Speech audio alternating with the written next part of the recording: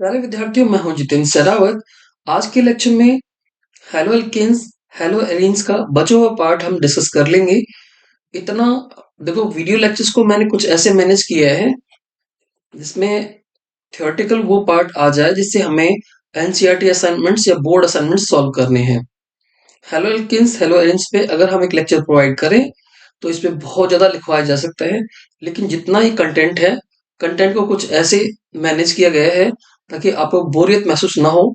इसका theoretical part पढ़ने में आपको लगे सर थोड़े टाइम में हमने पूरी थ्योरी रिवाइज कर ली है, उसके बाद असाइनमेंट्स की प्रैक्टिस हम कर सकते हैं। और इसके बाद देखना, इस लेक्चर के जस्ट बाद मैं आपको असाइनमेंट्स की प्रैक्टिस करवाऊंगा और असाइनमेंट्स की प्रैक्टिस आपको बहुत अच्छी लगेगी। और एक साथ में आपको जितने भी असाइनमेंट्स आते हैं बोर्ड में या कोई और भी असाइनमेंट्स है, बहुत इजीली सॉल्व होते नजर आएंगे। अभी प्रैक्टिस में ऐसा लग रहा होगा सर थोड़ा ऐसा नहीं है जैसा होना चाहिए, लेकिन ये प्रैक्टिस में जैसे ही प्रैक्टिस स्टार्ट होगी आप लोग खुद कहोगे कि सर ये बहुत अच्छी प्रैक्टिस आपने करवाई हमारी। और इस लेक्चर्स के थ्रू मैं कंप्लीट कवर करने वाला हूँ एनसीईआरटी एग्जाम्पलर बुक और प्रीवियस ईयर असाइनमेंट्स। इसके बाद आपकी प्रैक्टिस परफेक्ट हो जाएगी। तो स्टार्ट करते हैं स्टूडेंट्स, टाइम न लेते हुए स्टार्ट करते हैं आज का लेक्चर।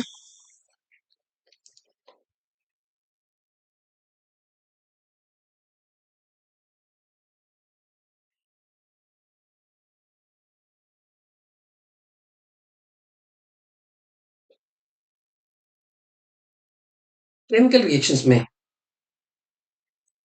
केमिकल रिएक्शंस में पहले देखो, केमिकल रिएक्शंस में हैलो एल्केन्स और हैलो एरीन्स की जो केमिकल रिएक्शंस है, फर्स्ट रिएक्शन है nucleophilic substitution reaction, second elimination reactions, next reaction with metals और नेक्स्ट इलेक्ट्रोफिलिक सब्स्टिट्यूशन रिएक्शंस। जो हैलो एरीन्स है, they are less reactive toward nucleophilic substitution reactions, और haloalkanes के अंदर इलेक्ट्रोफिलिक सब्स्टिट्यूशन रिएक्शन इतना easily नहीं होती। मेन जो रिएक्शंस पढ़ेंगे इलेक्ट्रोफिलिक सब्स्टिट्यूशन रिएक्शंस, ये पढ़ेंगे हम हेलो एरीन्स के केस में। तो रिएक्शन को स्टार्ट करते हैं। मेनली हमने 4 टाइप की रिएक्शंस ही पढ़नी है और उनके रिएक्शन के मैकेनिज्म करने हैं।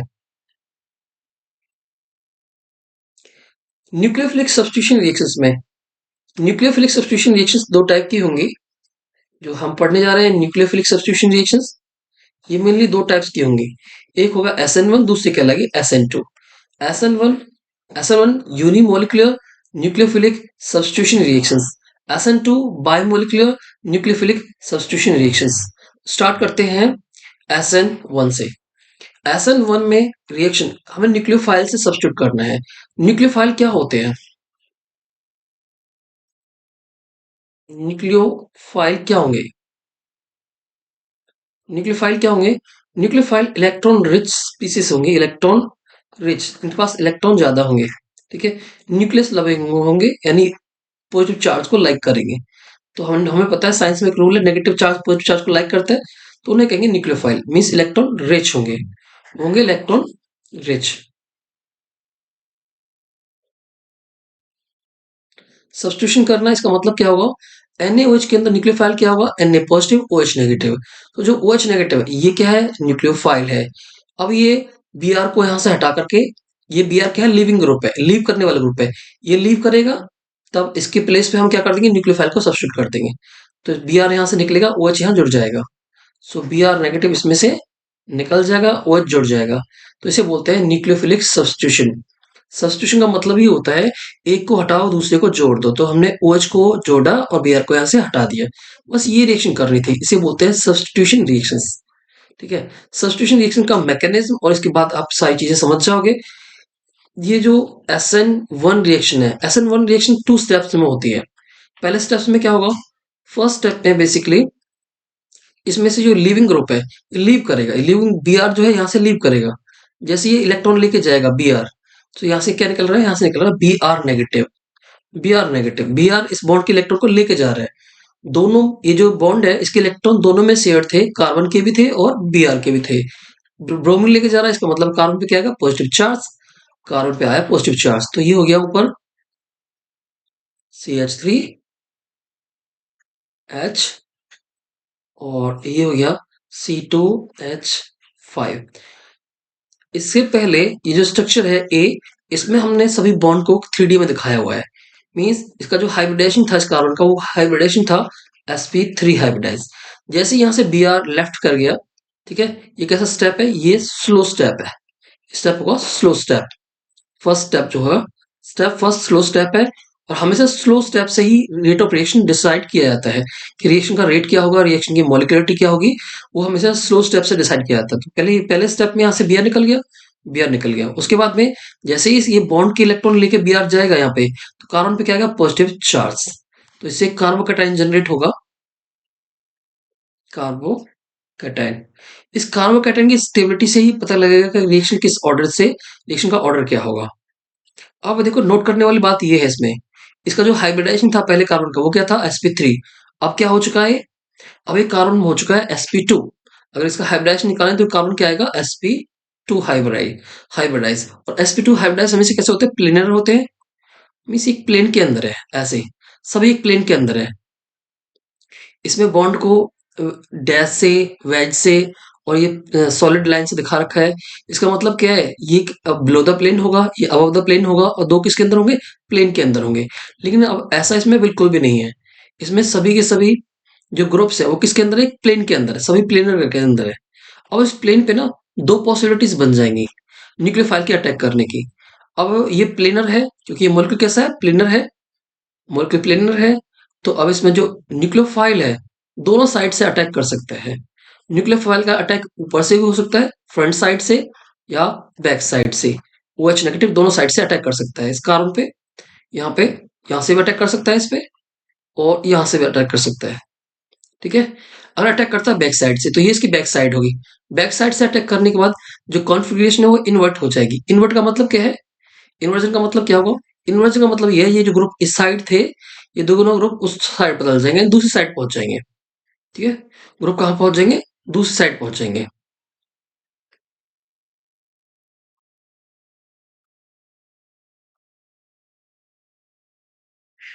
मेरा कहने का मतलब ये है, आप इन्वर्जन को ऐसे समझ सकते हो। इन्वर्जन का मतलब ये है, जैसे अम्ब्रेला होता है, अम्ब्रेला कुछ ऐसा होता है, और जैसे हवा, बहुत तेज हवा चल रही होती है, तो क्या होता है, अम्ब्रेला के जो नीचे की तरफ होता है अम्ब्रेला ऊपर की तरफ चला जाता है, जो कॉन्फ़िगरेशन नीचे थी वो उल्टी हो जाती है, तो इसे बोलते हैं इन्वर्जन ऑफ कॉन्फ़िगरेशन। कॉन्फ़िगरेशन वैसी की वैसी ही रहे, अम्ब्रेला टाइप ही रहे, तो उसे हम कहेंगे रिटेंशन ऑफ कॉन्फ़िगरेशन। दो वर्ड आएंगे यहाँ पे, इन्वर्जन ऑफ कॉन्फ़िगरेशन, दूसरा होगा रिटेंशन ऑफ कॉन्फ़िगरेशन। तो देखो अब इसमें समझते हैं, ठीक है।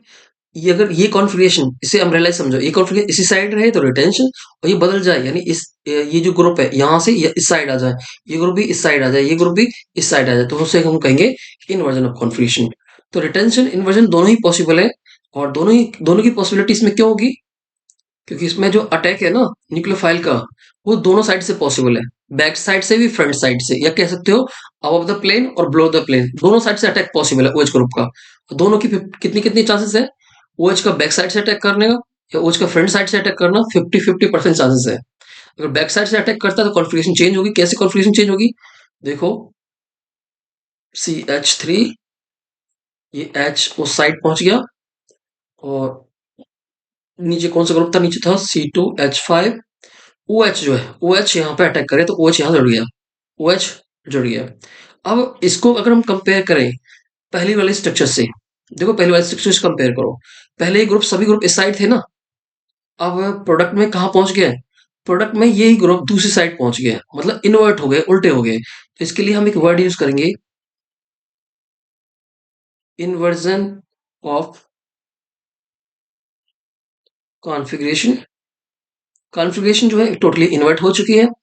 अगर यही फ्रंट साइड से अटैक करे तो कॉन्फ़िगरेशन रिटेन रहेगी, यानी जो रिएक्टेंट की थी वही अब प्रोडक्ट की होगी, कॉन्फ़िगरेशन पूरी रिटेन रहेगी फ्रंट साइड से अटैक करने के बाद में। CH3 पहले यहाँ था, H था, और ये वेज पे था C2H5, और OH यहाँ पे। अब इसको कंपेयर करके देखो रिएक्टेंट से, रिएक्टेंट को देखते हैं तो सेम रिएक्टेंट ऐसे ही था ना, CH3 यहाँ पे था, H यहाँ पे था, और C2H5 यहीं पे था, तो इसका मतलब है कॉन्फ़िगरेशन रिटेन रही है, यानी वैसी की वैसी ही रही है, कॉन्फ़िगरेशन को चेंज नहीं है। तो यहाँ पे इसके लिए एक शब्द यूज करेंगे, retention of configuration, retention of configuration. तो यहाँ पे रिटेंशन और इन्वर्जन दोनों के चांसेस कितने-कितने हैं? 50-50% चांसेस है। जिसमें 50% रिटेंशन हो, हुँ, जिसमें क्या हो, कभी-कभी पेन काम करना बंद कर देता है। 50% रिटेंशन हो, 50% रिटेंशन हो प्लस 50% क्या हो और 50% इन्वर्जन हो। ऐसे मिक्सचर को हम कहेंगे रेसिमिक मिक्सचर या प्रोसेस को बोलेंगे रेसिमाइजेशन। रेसिमाइजेशन और ऐसे मिक्सचर को हम बोलेंगे रेसिमिक मिक्सचर। रेसिमिक मिक्सचर और रेसिमिक मिक्सचर जो है हमेशा क्या होते हैं, ऑप्टिकली इनएक्टिव होते हैं। ऑप्टिकली इनएक्टिव होंगे। अभी ऑप्टिकल एक्टिविटी क्या होती है उसको हम डिस्कस करेंगे आगे। पहले इसके मेन पॉइंट्स पे नजर मारते हैं। रिएक्शन के मेन पॉइंट्स ये हैं। फर्स्ट, ये रिएक्शन कितने स्टेप्स में हुई? 2 स्टेप्स में। रिएक्शन हुई 2 स्टेप में। और कैसे देखो 2 स्टेप्स में कैसे हुई थी? पहले स्टेप में क्या होता? पहले स्टेप में ये जो लीविंग ग्रुप है यानी Br है, यहां से लीव कर गया, यहां से निकल गया। क्या जनरेट हुआ? कार्बोकैटायन। ये स्टेप 1 था। स्टेप सेकंड में क्या हुआ? स्टेप सेकंड में न्यूक्लियोफाइल OH नेगेटिव ने उस कार्बोकैटायन पे अटैक किया और उससे दो प्रोडक्ट की 50-50% पॉसिबिलिटी बन गई। ये अटैक फ्रंट साइड से हो सकता था या बैक साइड से। तो इसमें इन्वर्जन रिटेंशन के 50-50% चांसेस हो गए। ये था इसका सेकंड स्टेप। और जो सेकंड स्टेप होता है वो हमेशा फास्ट होता है। सेकंड स्टेप होगा इसका फास्ट स्टेप होगा। सेकंड स्टेप फास्ट होगा और किसी भी रिएक्शन का रेट जो है स्लो स्टेप से डिसाइड होता है। तो पहला जो स्टेप था वो स्लो स्टेप था। कितने रिएक्टेंट थे इसमें? एक ही रिएक्टेंट है। तो रिएक्शन की मॉलिक्यूलरिटी क्या होगी? रिएक्शन की मॉलिक्यूलरिटी होगी 1 और मॉलिक्यूलरिटी 1 है तो ऑर्डर ऑफ काइनेटिक्स भी क्या होगा? 1। तो आपने देखा ये 2 स्टेप रिएक्शन है और साथ में स्लो स्टेप हमेशा डिसाइड करेगा रेट ऑफ रिएक्शन को। तो रेट ऑफ रिएक्शन क्या कहलाएगा? फर्स्ट ऑर्डर रिएक्शन या फर्स्ट ऑर्डर काइनेटिक्स आप इसे बोल सकते हो। इसकी मॉलिक्यूलरिटी कितनी होगी? 1। यानी रिएक्टेंट क्या है इसमें? एक ही रिएक्टेंट था स्टेप में 1 में। फर्स्ट स्टेप में एक ही रिएक्टेंट था तो मॉलिक्यूलरिटी होगी इसकी 1। Order of reactivity tertiary, secondary, primary किस पे डिसाइड करेगी? आपने देखा ही था इसमें बीच में क्या बना था, एक रिएक्शन इंटरमीडिएट में कार्बोकैटायन जनरेट हुआ था। अब कार्बोकैटायन टर्शरी जो है, कार्बोकैटायन जो टर्शरी होता है उसकी स्टेबिलिटी ज्यादा होती है, सेकेंडरी की स्टेबिलिटी कम होती है, प्राइमरी की स्टेबिलिटी कम होती है। उसी के अकॉर्डिंगली इसका ऑर्डर रखा गया है, टर्शरी, सेकेंडरी, प्राइमरी। सो इसकी जो स्टेबिलिटी डिपेंड करेगी किस पे? कार्बोकैटायन पे। अगर इन्वर्जन और रिटेंशन 50-50% रहे तो मैंने क्या बताया था क्या होगा? रेसिमाइजेशन। तो SN1 रिएक्शन में रेसिमाइजेशन होता है और रेसिमिक मिक्सचर हमेशा ऑप्टिकली इनएक्टिव होता है। आगे बताएंगे ऑप्टिकली एक्टिव और ऑप्टिकली इनएक्टिव का क्या मतलब है। इसके पहले पहले समझ लेते हैं SN2 रिएक्शन को। SN1 तो अभी पढ़ी थी, आप समझते हैं SN2 को। SN2 ये होगा SN2 नॉट SN1। SN2 में क्या होगा? एक ही स्टेप में ये रिएक्शन होगी। एक ही स्टेप में न्यूक्लियोफाइल अटैक करेगा और यहां से एक ग्रुप यहां से निकल जाएगा। अटैक यहाँ फ्रंट साइड से नहीं होगा जैसे मैं अटैक करा रहा हूँ, ये मैंने गलत अटैक कराया यहाँ पे। अटैक कहाँ से होगा? बैक साइड से अटैक होगा। ठीक है, बैक साइड से, इसके बैक साइड से अटैक होगा। तो बैक साइड से जब ये अटैक होता है तो क्या होता है? इन्वर्जन होता है। तो ये अटैक करेगा बैक साइड से और यहां से ये Cl निकल जाएगा, Cl नेगेटिव। तो इसमें क्या है, ये अटैक कर रहा है इसमें और ये यहां से निकल रहे हैं। इसके लिए ट्रांजिशन स्टेट आएगी। ट्रांजिशन स्टेट में क्या होगा? एक तरीके से जो OH नेगेटिव आयन है वो इसे जुड़ने जा रहा है और Cl इसमें से निकलने जा रहा है। ये अटैक करके इसमें जुड़ने जा रहा है और Cl यहाँ से निकलने जा रहा है। ऐसा कुछ हमें ऐसे दिखाएंगे। ठीक है, कुछ ऐसे होगा। इसे हम कहेंगे ट्रांजिशन स्टेट। Transition state. तो इसमें एक ऐसी स्टेट आई जैसा इसमें ऐसा लगा हुआ है ये अटैक कर रहा है, ये यहाँ से निकल रहा है। तो ये अटैक करके यहाँ से निकल जाएगा। अल्टीमेटली क्या होगा? ये Cl तो ऐसे निकल जाएगा और OH इसमें सब्स्टिट्यूट हो जाएगा। OH इसमें जुड़ जाएगा।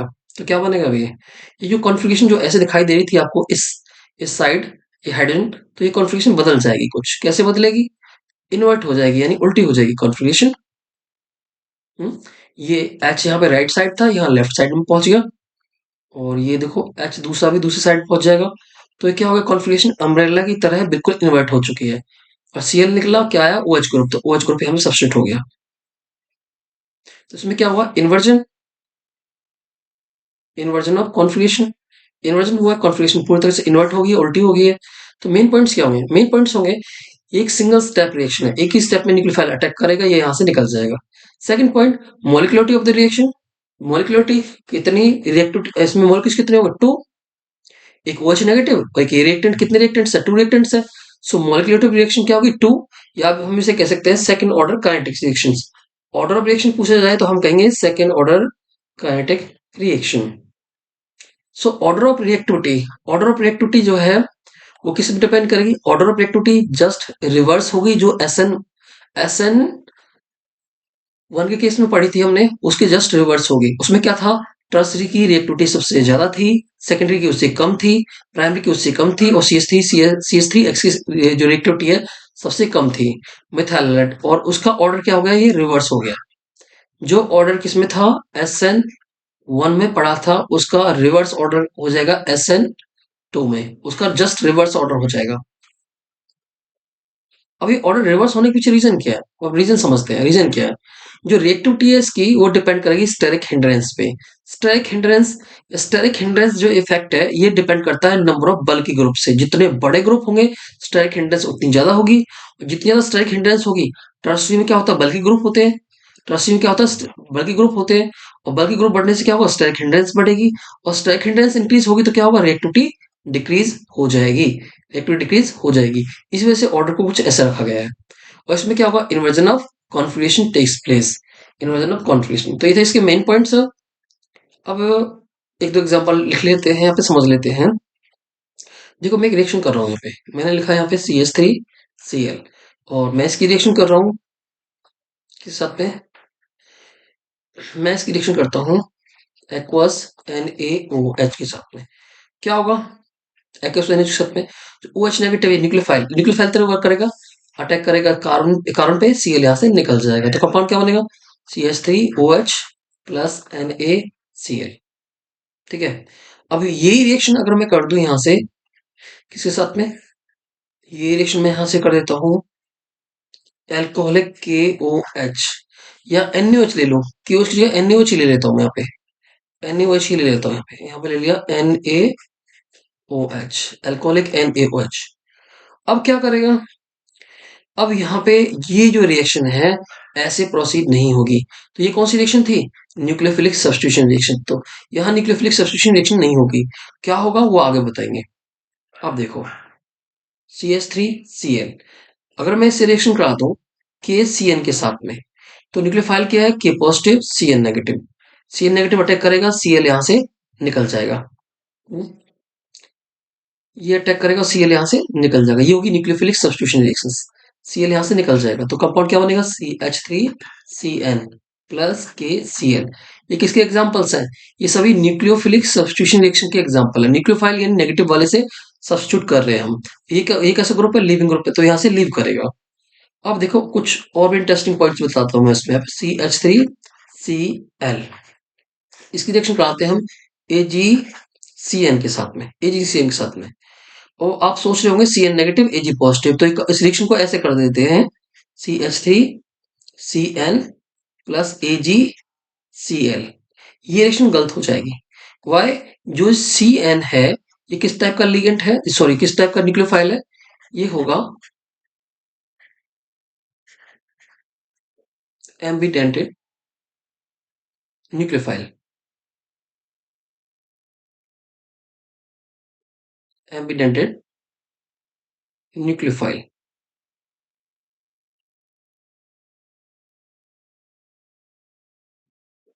मेरी राइटिंग थोड़ी सी बेकार है, इसे मैनेज कर लेना। एमिडेंट न्यूक्लियोफाइल का मतलब होता है जिसके पास दो डोनर एटम हो, दो अटैकिंग रीजेंट्स हो। ये अटैक कार्बन से भी कर सकता है, नाइट्रोजन से भी। ठीक है। अटैकिंग ग्रुप इसमें ना KCN के अंदर किससे अटैक किया था? कार्बन से। अब KCN में कार्बन से अटैक क्यों किया था? क्योंकि KCN का जो बॉन्ड है ना, कैसा बॉन्ड है पता है? KCN का बॉन्ड, ये जो बॉन्ड है ये आयनिक बॉन्ड है, K पॉजिटिव CN नेगेटिव। इसमें कार्बन फ्री है अटैक करने के लिए। लेकिन AgCN में कार्बन फ्री नहीं होगा, नाइट्रोजन फ्री होगा, कार्बन फ्री नहीं होगा।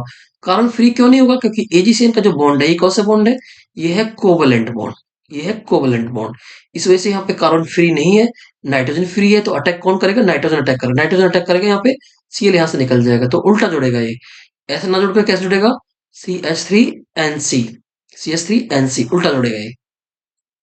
तो ये पॉइंट किसका था? ये था किसकी वजह से? एम्बीडेंटेड न्यूक्लियोफाइल की वजह से। और बॉन्ड क्या आपको बता ही दिया मैंने, इसके यहाँ पे कौन सा बॉन्ड है? आयनिक बॉन्ड है। यहाँ पे कैसा बॉन्ड है? कोवलेंट बॉन्ड है।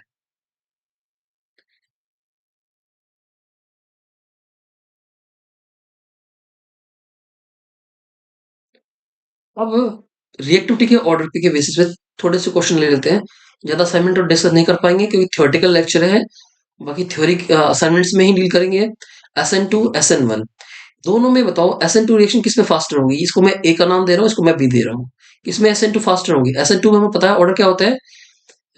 Methyl halide, then primary, then secondary, then tertiary. So सबसे छोटा छोटा ग्रुप देखेंगे यहाँ पे। ये कार्बन कौन सा है? ये जो हैलोजन जिस कार्बन से जुड़ा हुआ है वो कार्बन एक से जुड़ा हुआ है। ये हैलोजन जिस कार्बन से जुड़ा हुआ है वो एक कार्बन जुड़ा हुआ है, तो ये कौन सा हो गया? प्राइमरी हो गया। ये हैलोजन जिस कार्बन से जुड़ा हुआ है वो कितने कार्बन एटम से जुड़ा हुआ है? जो हैलोजन है ये जिस कार्बन से जुड़ा हुआ है वो अदर टू कार्बन एटम से जुड़ा हुआ है। दैट्स वाई कौन सा हो गया? सेकेंडरी। तो रिएक्शन किसमें फास्टर होती है? प्राइमरी में। तो ये होगा इस केस में। SN1 में क्या होता है? ऑर्डर क्या होता है? SN1 में ऑर्डर हमें पता है tertiary, then secondary, then primary. So order of reactivity क्या होगा? यहाँ पे ये क्या है? ये जो हैलाइड है, एल्काइल हैलाइड है, ये है टर्सरी। और दूसरा वाला जो एल्काइल हैलाइड है ये है प्राइमरी। ये प्राइमरी क्यों होगा? क्योंकि जो कार्बन जिससे हैलोजन जुड़ा हुआ है वो एक से जुड़ा हुआ है। और जिससे ये हैलोजन जुड़ा हुआ है वो कितने जुड़ा हुआ है? वो तीन कार्बन एटम से जुड़ा हुआ है। तो ये कौन सा हो गया? टर्सरी। तो रिएक्शन किसमें फास्टर होगी?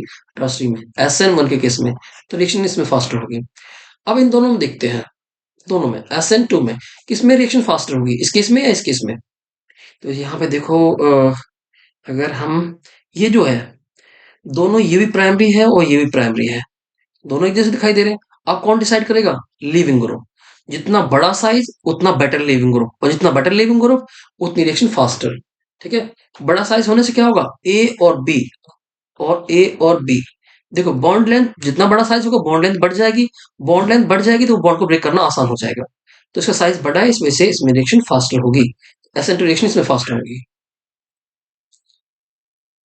अब बात करते हैं उस वर्ड की जो वहां पे आया था, ऑप्टिकल एक्टिविटी या ऑप्टिकल इनएक्टिव। ऑप्टिकल एक्टिव का क्या मतलब होगा? वो कंपाउंड जो प्लेन और पोलराइज लाइट को रोटेट कर पाए। ठीक है। वो कंपाउंड जो प्लेन और पोलराइज लाइट को रोटेट कर पाए उन्हें कहेंगे ऑप्टिकली एक्टिव। जो रोटेट नहीं कर पाए वो कहेंगे ऑप्टिकली इनएक्टिव। रोटेशन जो है दो डायरेक्शन में हो सकता है। रोटेशन हो राइट डायरेक्शन में, राइट डायरेक्शन में तो उसे हम कहेंगे डेक्स्ट्रो रोटेटरी। रोटेशन हो लेफ्ट डायरेक्शन में तो उसे हम कहेंगे लेफ्ट रोटेटरी। डेक्स्ट्रो के लिए साइन डी, सिंबल जो होगा डी होगा और साइन प्लस से रिप्रेजेंट करेंगे। लेवो को हम रिप्रेजेंट करेंगे एल से या साइन लगाएंगे माइनस साइन। अगर दोनों को एक साथ कंबाइन कर दे डी एल, इसका मतलब क्या है? डेक्स्ट्रो प्लस लेवो कितने कितने परसेंट है? 50-50% है। इट मीन्स वो क्या बन गया? रेसिमिक मिक्सचर बन गया। और रेसिमिक मिक्सचर कभी भी ऑप्टिकली एक्टिव नहीं होता। कैसा होता है? Optically inactive. मीन्स डेक्स्ट्रो जितना राइट डायरेक्शन रोटेशन होगा लेवो उतना ही लेफ्ट डायरेक्शन रोटेशन होगा। मीन्स रोटेशन क्या हो जाएगा? कैंसिल आउट हो जाएगा। इस वजह से वो क्या क्या कहलाएगा? Optically inactive. कहलाएगा ऑप्टिकली इनएक्टिव। Optically inactive. अब यहाँ पे एक वर्ड आएगा कायरल एकायरल। कायरल का मतलब क्या है? वो कंपाउंड जो नॉन सुपर इम्पोजिबल हो मिरर इमेज पे उन कंपाउंड को कहेंगे हम कायरल। और वो कंपाउंड या मॉलिक्यूल जो कैसे हो? सुपर इम्पोजिबल हो मिरर इमेज पे उन्हें हम कहेंगे एकायरल। सुपर इम्पोजिबल का मतलब क्या होता है? सुपर इम्पोजिबल का मतलब होता है अगर मैं ए बना रहा हूँ, ए, और इसकी मिरर इमेज बनाऊं तो कुछ ऐसी नजर आएगी। और इसको उठा करके किसको? ए को उठा करके, ए को मैं यहां से उठा लूं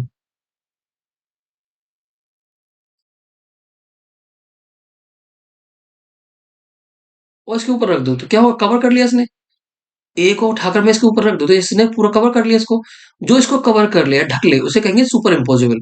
और जितने भी कंपाउंड ऐसे हैं जो कवर कर लेंगे ढक लेंगे उन्हें कहेंगे हम अकार्य। और जो ऐसे नहीं कर पाएंगे उन्हें कहेंगे कार्य।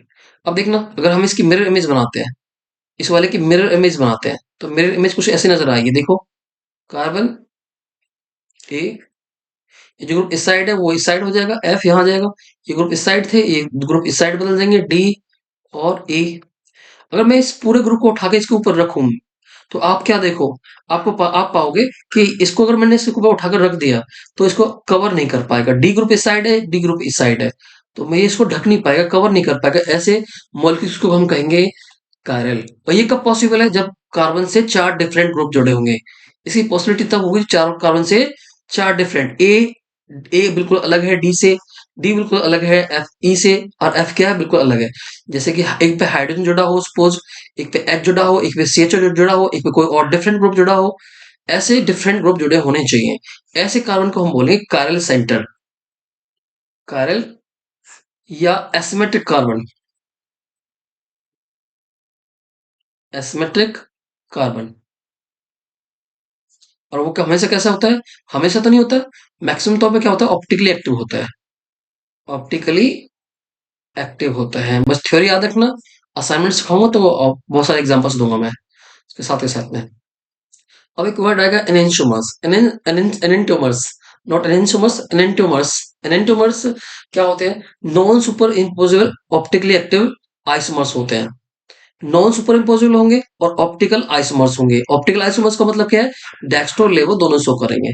अगर हम इसकी इमेज बनाए, इसकी इमेज बनाए तो कैसी इमेज बनेगी?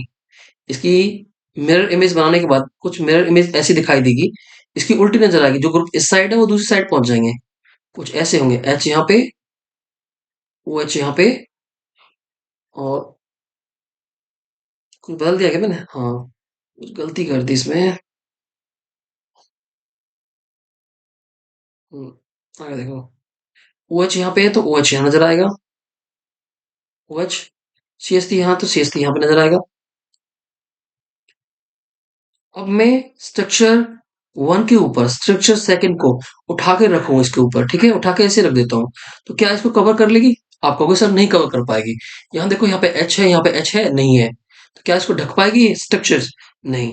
तो ऐसे ही स्ट्रक्चर, ऐसे दो आइसोमर्स को हम कहेंगे एनेंटोमर्स, या ये जो आइसोमर्स हैं ये कैसे हैं? ऑप्टिकली एक्टिव हैं।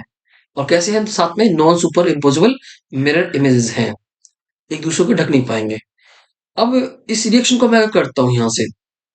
अब नेक्स्ट रिएक्शन समझते हैं। नेक्स्ट रिएक्शन कौन सी है? Elimination reaction. Elimination reaction, elimination reaction कहो, एलिमिनेशन रिएक्शन कहो, या बीटा एलिमिनेशन रिएक्शन कहो। ये एक वर्ड और भी होता है, D hydro, D hydro halogenation. D का मतलब होगा रिमूव होना, रिमूव होना, निकलना, है ना? रिमूव करना। किसको रिमूव करेंगे? डी हाइड्रो यानी हाइड्रोजन को, हेलो यानी हेलोजन को। तो हम दो दो एटम निकालने वाले हैं। तो जब भी किसी मॉलिक्यूल से दो एटम निकलते हैं तो वहां पे एक बॉन्ड आता है, याद रखना। बेसिक बेस का काम क्या होता है? अगर हमने हेलोल्केन के अंदर बेस डाल दिया यानी OH नेगेटिव यूज कर लिया, तो OH नेगेटिव क्या करेगा? बेस हमेशा H पॉजिटिव आयन को एब्स्ट्रैक्ट कर लेगा, बेस H को ले लेगा, और बेस जैसे H को लेगा इसका बॉन्ड इलेक्ट्रॉन यहाँ पे चले जाएंगे, और यहाँ से क्या होगा? Cl निकल जाएगा। तो यहाँ से Cl, यहाँ से H, HOH, H2O, एक ग्रुप यहाँ से निकल रहा है, एक ग्रुप यहाँ से निकल रहा है।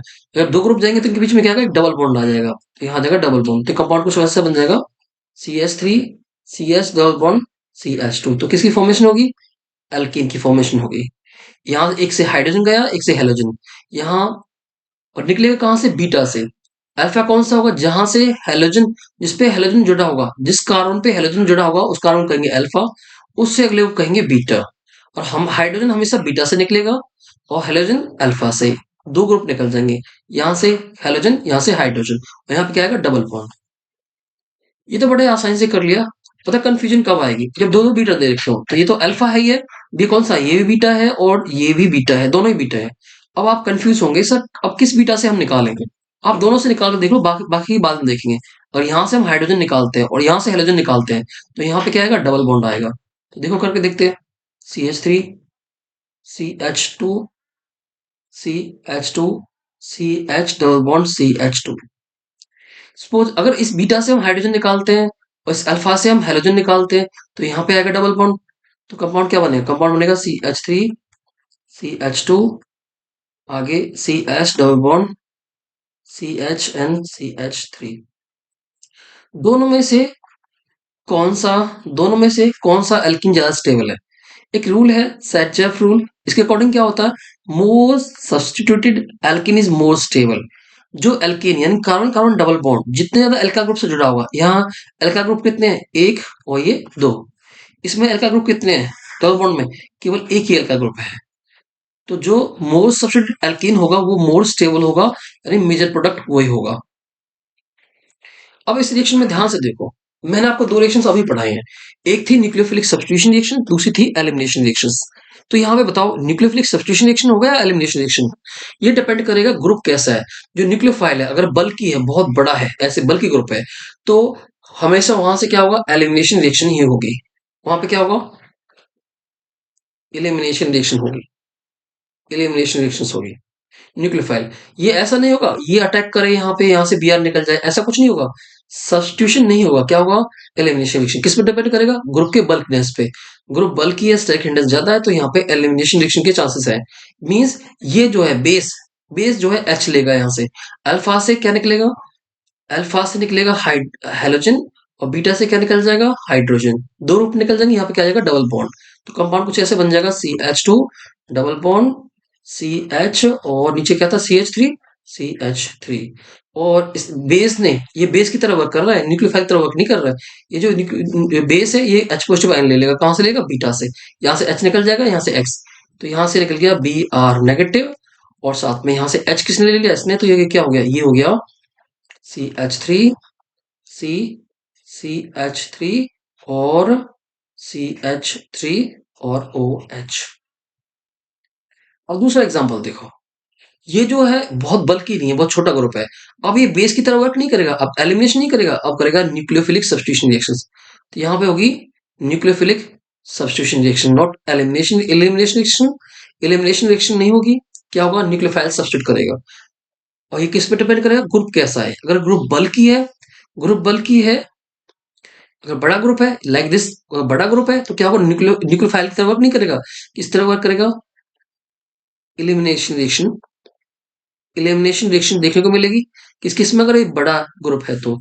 और वही ग्रुप अगर छोटा हो जाए, स्टेरिक इंडेक्स कम हो जाए, तो किस तरह वर्क करेगा, न्यूक्लियोफाइल की तरह। तो ये न्यूक्लियोफाइल की तरह अटैक करेगा, और यहाँ से Br निकल जाएगा, तो कंपाउंड क्या बनेगा, अब कंपाउंड बन जाएगा, Br यहाँ से निकल गया, ये न्यूक्लियोफाइल की तरह अटैक कर रहा है, तो कंपाउंड क्या बन जाएगा, ये तो है ही है इसमें, CH3, CH, और CH3, और साथ में एक ग्रुप इसमें जुड़ जाएगा, means OC2H5 plus Br negative. तो आपने देखा इनमें दोनों में कंपटीशन होता है, किसमें, दोनों रिएक्शन कौन कौन सी, दोनों रिएक्शन कौन कौन सी, एलिमिनेशन रिएक्शन और न्यूक्लियोफिलिक सब्स्टिट्यूशन रिएक्शंस। दोनों में कंपटीशन क्या होगा, क्या कंपटीशन होगा दोनों में, दोनों में कंपटीशन ये देखने को मिलेगा, दोनों रिएक्शंस में। अगर ग्रुप बहुत बड़ा है तो कौन सी रिएक्शन, एलिमिनेशन रिएक्शन। ग्रुप छोटा है मीन्स जो न्यूक्लियोफाइल है वो किस तरह, न्यूक्लियोफाइल तरह कब वर्क करेगा, न्यूक्लियोफाइल तरह वर्क तब करेगा जब ग्रुप छोटा होगा, छोटा ग्रुप होगा, तब न्यूक्लियोफाइल तरह वर्क करेगा। ग्रुप अगर बड़ा है तो किस तरह वर्क करेगा, वो बेस की तरह वर्क करेगा, वो करेगा बेस की तरह वर्क। ठीक है, तो move on the next reaction. Next है रिएक्शन विद मेटल्स। तो मेटल के साथ में रिएक्शन इसकी सोडियम के साथ भी होगी और मैग्नीशियम के साथ, दो मेटल के साथ रिएक्ट करेंगे, हेलो एल्केन्स भी और हेलो एरिन्स भी, दोनों ही halo alkanes halo arenes. Metal के साथ रिएक्ट करा रहे हैं, सोडियम के साथ रिएक्ट करा रहे हैं, रिएक्शन बहुत बड़ी मजेदार रिएक्शन है। देखो कैसे रिएक्शन होगी, सोडियम के two times, sodium two times, और आर एक्स यानी हेलो एल्केन्स टू टाइम्स, या ऐसे ही ArX यानी हेलो एरिन्स भी टू टाइम्स। अब रिएक्शन कैसे करेंगे, 2Na और 2X, 2Na 2X, तो क्या निकल जाएगा यहाँ से 2NaX, और 2R ग्रुप है, दोनों R ग्रुप आपस में जुड़ जाएंगे, R और R। ठीक है, अगर यहाँ पे अगर यहाँ पे ये मिथाइल हैलाइड होता तो क्या फॉर्म हो जाता है, ऐसे इथेन फॉर्म हो जाता, दो कार्बन बढ़ जाते इसमें से। तो जब भी रिएक्शन में ऐसा लगे कि कार्बन डबल हो रहे हैं, कन्वर्जन वगैरह में किसी में भी, तो समझ लेना उसमें कौन सी रिएक्शन होगी, इसका नेम क्या होगा, ये कहलाएगी वुड्स रिएक्शन, कहलाएगी वुड्स रिएक्शन। ठीक है, ठीक है, ये रिएक्शन थी एल्काइल हैलाइड की। अगर ArX हो यानी हेलो एरिन्स हो, हेलो एरिन्स के साथ में सेम रिएक्शन कराई जाए तो कैसी रिएक्शन होगी, 2NaS के 2XX के 2NaX निकल जाएगा, और AR आपस में जुड़ जाएंगे, AR और AR, और साथ में 2NaX इसमें से निकल जाएगा। तो रिएक्शन कौन सी कहलाएगी, ये रिएक्शन कहलाएगी फिटिक रिएक्शन, फिटिक रिएक्शन। ठीक है। रिएक्शन होगी फिटिक रिएक्शन। पहली रिएक्शन थी वुड्स रिएक्शन, दूसरी फिटिक रिएक्शन। अगर दोनों को कंबाइन कर दें, वुड्स प्लस फिटिक, मींस इसका तो ले ले आर एक्स, इसका ले ले A R X. R X plus A R X और किस साथ रिएक्शन कराएं, टू एन ए के साथ में। Wurtz plus Fittig, Wurtz Fittig reaction. तो इसमें से पहले की तरह रिएक्शन करेंगे, two N A two X, क्या निकल जाएगा यहाँ से, एलिमिनेशन किसका हुआ, टू एन ए एक्स का। और साथ में बच के गए आर और ए आर, दोनों आपस में जुड़ जाएंगे, आर और ए आर दोनों आपस में जुड़ गए, टू एन एक्स। तो ये रिएक्शन कहलाएगी क्योंकि दोनों का कॉम्बिनेशन है, वर्ड्स का भी फिटिक का भी, तो इसे हम कहेंगे वर्ड्स फिटिक रिएक्शन। उम्मीद है सोडियम मेटल के साथ रिएक्शन आपको अच्छी लगी होगी। नेक्स्ट देखो मैग्नीशियम मेटल के साथ रिएक्शन, ए आर एक्स या आर एक्स, यानी हेलो हेलो एल्केन्स या हेलो एरिन्स, दोनों ही मैग्नीशियम मेटल के साथ रिएक्ट करते हैं। और रिएक्ट करने के बाद क्या बनाएंगे, ये मैग्नीशियम के साथ जुड़ जाएगा in the presence of dry ether, तो ये बनाएगा R M G X. Same ऐसे ये इसके साथ भी रिएक्शन ऐसी ही होगी, A R M G X जुड़ जाएगा। अब ये जो कंपाउंड बने हैं आर एम जी एक्स हो या A R M G X हो, इसको हम बोलते हैं ग्रिग्नार्ड रीएजेंट। Grignard reagent. आपने एक चीज ऑब्जर्व की है, इसको हम किसमें बना रहे हैं, ड्राई एथर में बना रहे हैं, मीन्स इसमें मॉइस्चर नहीं डाल रहे, इसमें वाटर नहीं डाल रहे। अगर मॉइस्चर होती तो क्या होता, मॉइस्चर होती तो क्या होता, ये कंपाउंड ब्रेकअप हो जाता। कैसे, ये जो ग्रिग्नार्ड एजेंट है इसको प्रिपेयर करते हैं हम एनहाइड्रस कंडीशन में, मीन्स फ्री फ्रॉम मॉइस्चर में। क्यों प्रिपेयर करते हैं, क्योंकि अभी ये ब्रेकअप हो जाएगा, देखना कैसे ब्रेकअप होगा, आर इसका एच इसका, R H plus M G, यहाँ से नहीं सॉरी ये मैं गलत लगा दिया पे, यहाँ से ब्रेकअप होगा, यहाँ से आर इसका एच इसका, आर एच और एम जी इसके साथ क्या निकल जाएगा इसका O H, means M G O H X, M G O H X. इस वजह से इसको हम हमेशा किसमें बनाते हैं, ड्राई कंडीशन में फॉर्म करते हैं, एनहाइड्रस कंडीशन फॉर्म करते हैं, मॉइस्चर नहीं लेके आते। ये थी रिएक्शन मेटल के साथ में। लास्ट रिएक्शन होगी इलेक्ट्रोफिलिक सब्स्टिट्यूशन रिएक्शंस। इलेक्ट्रोफाइल के साथ में सब्स्टिट्यूट करना, अगर हम इलेक्ट्रोफाइल को सब्स्टिट्यूट करते हैं, इलेक्ट्रोफाइल क्या होते हैं, इलेक्ट्रोफाइल इलेक्ट्रॉन लविंग यानी electron deficient, electron deficient, electron poor जिनके पास इलेक्ट्रॉन कमी होती है, वो कहाँ जुड़ेंगे, इलेक्ट्रॉन डेफिशिएंट हमेशा इलेक्ट्रॉन रिच पोजीशन पे जाएगा, इलेक्ट्रॉन रिच पोजीशन पे जाएगा, जहां इलेक्ट्रॉन ज्यादा है वहीं जाएगा ना। सो हैलोल्किन के केस में रिच पोजीशन कौन सी होती है, अगर हम इसकी रेजोनेंस रेजोनेटिक स्ट्रक्चर ड्रॉ करें, इसके इलेक्ट्रॉन यहाँ पे आएंगे, ये डबल बॉन्ड के इलेक्ट्रॉन आगे शिफ्ट हो जाएंगे, यहाँ इलेक्ट्रॉन आए, ये कौन सी पोजीशन है, ऑर्थो। और रेजोनेंस को आगे बढ़ाने के बाद कहाँ पे इलेक्ट्रॉन आ रहे हैं, नेक्स्ट इलेक्ट्रॉन कहाँ पे आ रहे हैं, पैरा पे, यहाँ पे नेगेटिव चार्ज, फिर कहाँ पे आए, ऑर्थो पे। तो पूरी रेजोनेंस में देखने के बाद हमें पता चला इलेक्ट्रॉन जो डेंसिटी है जो ग्रेटर कहाँ पे होगी, ऑर्थो पे और पैरा पोजीशन पे। इसका मतलब ये है जो भी हेलो एरिन्स होते हैं, जो हेलोजन होगा इसमें ग्रुप, वो क्या होगा, ऑर्थो एंड पैरा डायरेक्टिंग होगा। मींस आने वाला इलेक्ट्रोफाइल इलेक्ट्रॉन कमी वाला ग्रुप कहाँ जुड़ेगा, ऑर्थो पे और पैरा पे। तो कुछ एक इलेक्ट्रोफिलिक सब्स्टिट्यूशन रिएक्शन देख लेते हैं। फर्स्ट रिएक्शन है क्लोरीनेशन रिएक्शन। तो क्लोरीनेशन करते हैं इसका, सपोज मैं बेंजीन ले लेता हूँ और मैं आपसे कहूँ इसका क्लोरीनेशन करो, बेंजीन तो रहने दो, क्लोरोबेंजीन ले लेते हैं, टाइम लगेगा, क्लोरोबेंजीन ले लेते हैं। फिर आपको एक क्वेश्चन दे देंगे लास्ट में, जिससे आपकी प्रैक्टिस हो जाए। सपोज मैं क्लोरोबेंजीन लेकर चल रहा हूँ, Cl ले लिया और मैं इसका क्लोरीनेशन कर रहा हूँ, तो क्लोरीनेशन कैसे करेंगे, Cl2 और AlCl3 के प्रेजेंस में क्या होगा रिएक्टेंट, यहाँ पे जो कैटलिस्ट होगा यहाँ पे वो डालेंगे एनहाइड्रस AlCl3, और क्लोरीन कहाँ सब्स्टिट्यूट हो जाएगा, ये ग्रुप डिसाइड करेगा कि ये जो है ये क्या है, ऑर्थो और पैरा डायरेक्टिंग है। आने वाला इलेक्ट्रोफाइल यानी Cl पॉजिटिव कहाँ जुड़ेगा, इलेक्ट्रॉन है कहाँ पे बेंजीन में, ये इलेक्ट्रॉन डेंसिटी कहाँ कौन सी पोजीशन जो है इलेक्ट्रॉन रिच है, वो है ऑर्थो पोजीशन और पैरा पोजीशन। इस वजह से जो इलेक्ट्रॉन है आने वाला इलेक्ट्रॉन है वो तो ऑर्थो पे जुड़ेगा, एक बार कहाँ जुड़ जाएगा, दूसरी बार पैरा पोजीशन पे, एक बार ऑर्थो पे दूसरी बार किस पे, पैरा पोजीशन पे, दूसरी बार पैरा पोजीशन पे। ठीक है, ऑर्थो डाइक्लोरोबेंजीन और para dichlorobenzene. In case of bromination, अगर हम ब्रोमिनेशन करते हैं, सपोज इसी का ब्रोमिनेशन कर रहे हैं, अब रीजन चेंज कर लेंगे, रीजन क्या होगा, रीजन होगा Br2, और यहाँ पे जो कैटलिस्ट होगा वो होगा वही सेम वही AlCl3 भी यूज कर सकते हैं, या फिर अब इसमें यूज करेंगे FeBr3, FeBr3। तो ब्रोमीन जुड़ जाएगा, कहाँ पे जुड़ेगा, ऑर्थो पे और पैरा पे। क्योंकि जो ग्रुप है ना उसमें जो सीएल पहले से जुड़ा हुआ है, एसीएल ऑर्थो पैरा डायरेक्टिंग है, इस वजह से आने वाला ग्रुप कहाँ जुड़ेगा, ऑर्थो पे जुड़ेगा, एक बार पैरा पे जुड़ेगा, पैरा पे जुड़ेगा। तो ये हो गया इसका आगा, क्या हो गया इसका, ब्रोमिनेशन।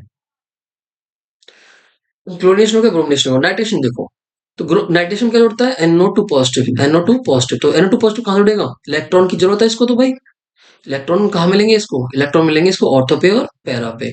एक बार NO2 ग्रुप ऑर्थो पे जुड़ जाएगा, दूसरी बार पैरा पे जुड़ जाएगा, दूसरी बार जुड़ेगा किस पे, दूसरी बार यही ग्रुप जो है कभी कभी ये बंद कर देता है काम।